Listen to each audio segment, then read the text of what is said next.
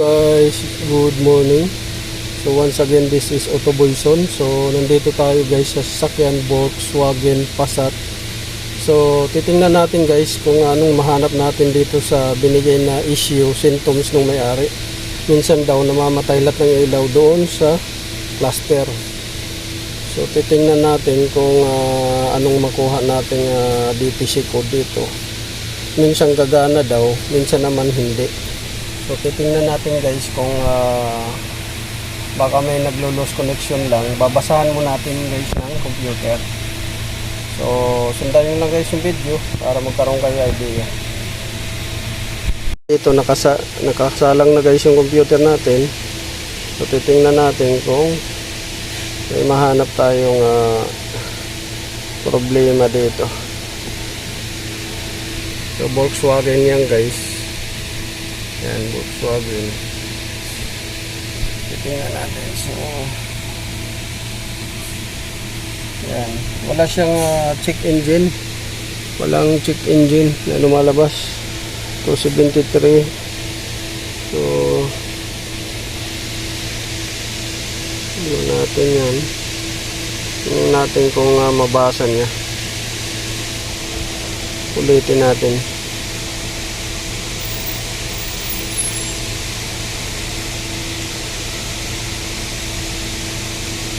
Parang ayaw basahin yung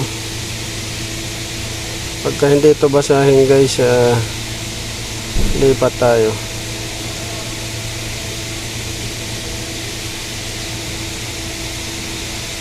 sa isang ito sa LT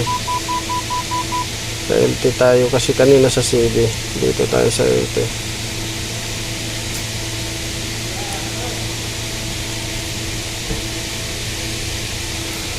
So,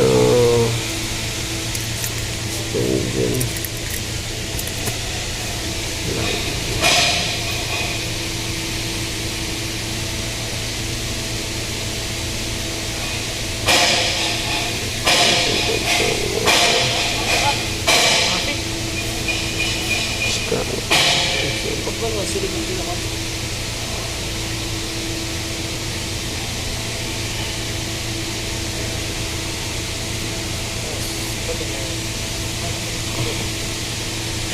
What's the confidence?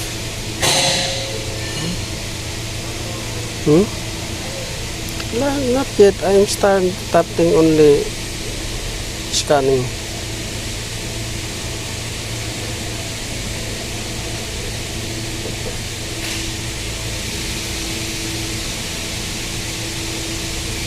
So yan guys, ongoing yung scanning natin.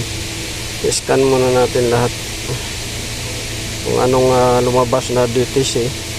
Kasi ang issue nito guys is minsan daw namamatay lahat ng ilaw sa cluster. Pagka namatay, hindi na under. Tapos pagka inok mo uli, mga ilang seconds daw, under na naman. So i-scan natin kung anong makita nating failure. So kunan lang natin to ng video kasi para may record tayo na in-scan natin. Mamaya sabihin ng may-ari hindi naman natin in-scan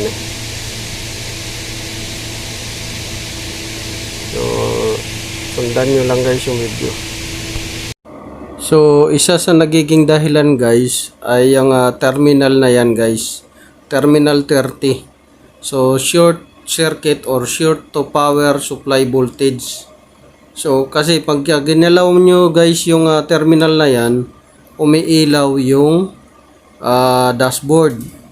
Tapos nagkakaroon siya ng cranking. So meaning nandyan sa fuse box yung problema sa ilalim. Hello guys, good morning. Once again, this is Otto Boyson. So update guys doon sa ginawa nating Volkswagen Passat 2.5 liters engine. Dati hindi umaandar. So no ignition, no start, no cranking. So ngayon guys, ituturo ko sa inyo guys kung anong nagiging dahilan. So medyo pinahirapan tayo dito sa diagnose nating Volkswagen dahil una, kulang tayo ng tawag doon, kulang tayo ng repair manual. Wala doon sa old data, hindi mahanap. So ngayon nagtiyagaan ko, pati kagabi hindi ako guys nakatulog para lang talaga mahanap. So ngayon tuturo ko sa inyo guys. So ito guys, umaandar na siya. May mga ilaw na rin. Ayan, umaandar na siya guys. May mga ilaw na.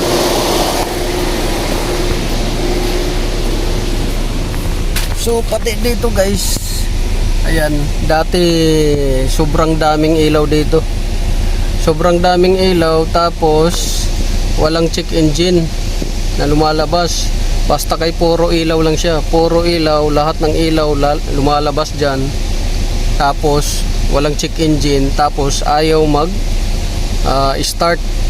Tapos pag pinatay mo naman uli, wala nang ignition.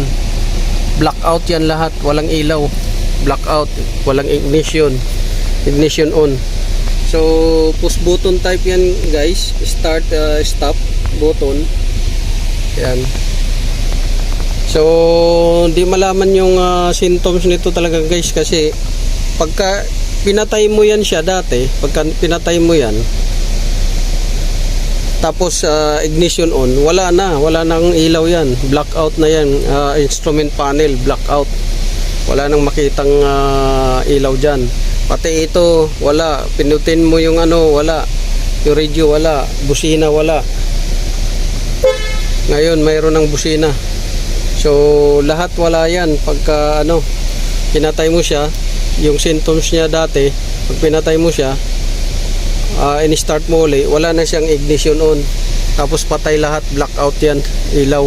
Pati dito sa radio, pati dyan wala, busina wala, as in wala talaga lahat. So ngayon papatayin mo uli, mag-ignition on siya, mayroon naman ilaw pero ayaw mag-start. So tatlong klaseng yun: no ignition on, no cranking, no start. So yung tatlong symptoms na yung paiba-iba. May ignition on, minsan walang start, walang cranking. Minsan naman walang ignition on, blackout lahat ng ilaw, walang starting, walang cranking. Minsan naman nagka-cranking. So paiba-iba. So ngayon guys, ituturo ko sa inyo guys itong problema na ito, Volkswagen Passat. So isang dahilan lagi ito halos common na to na nasasalubong ko guys, na ganitong mga symptoms, magulo. So dito tinanggal ko na dyan, may fuse box relay dyan at saka fuse box, dalawa kumbaga dyan dito relay, dito fuses. So yan, tinanggal ko na yan, chinik ko lahat, nagpa-function lahat. Chinik ko, inisa-isa ko yung relay, gumagana, fuse, walang putok. So ngayon tuturo ko sa inyo guys kung anong nagiging dahilan. Ito yung nagiging dahilan guys. Pinahirapan ako dito. Kikita nyo to guys, itong kinabitan na to, ito kinabitan na to, saka ito, lahat ng kinabitan yan, ito positive, ito positive, ito positive. May fuse yan, kita nyo, may fuse yan. Ngayon parang nag-overtime heated na yan siya. Ayan nangitim na, may fuse yan. Ito wala kang ma-tester dito na positive, wala. Pati ito wala, pero buo yan lahat guys, walang putok, walang sunog. So dito siya supply, ito yung fuse na yan. Kumakit ulo ko dyan, halos 2 araw akong kakadiagnose.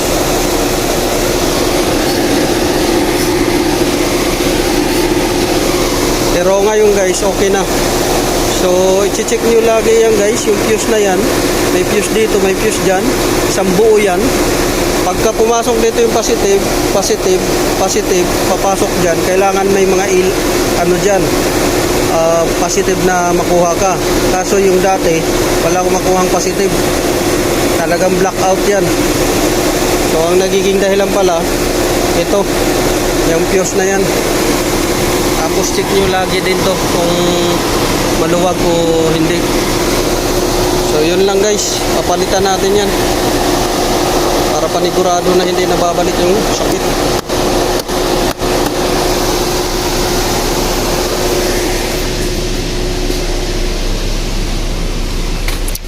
So yun lang guys.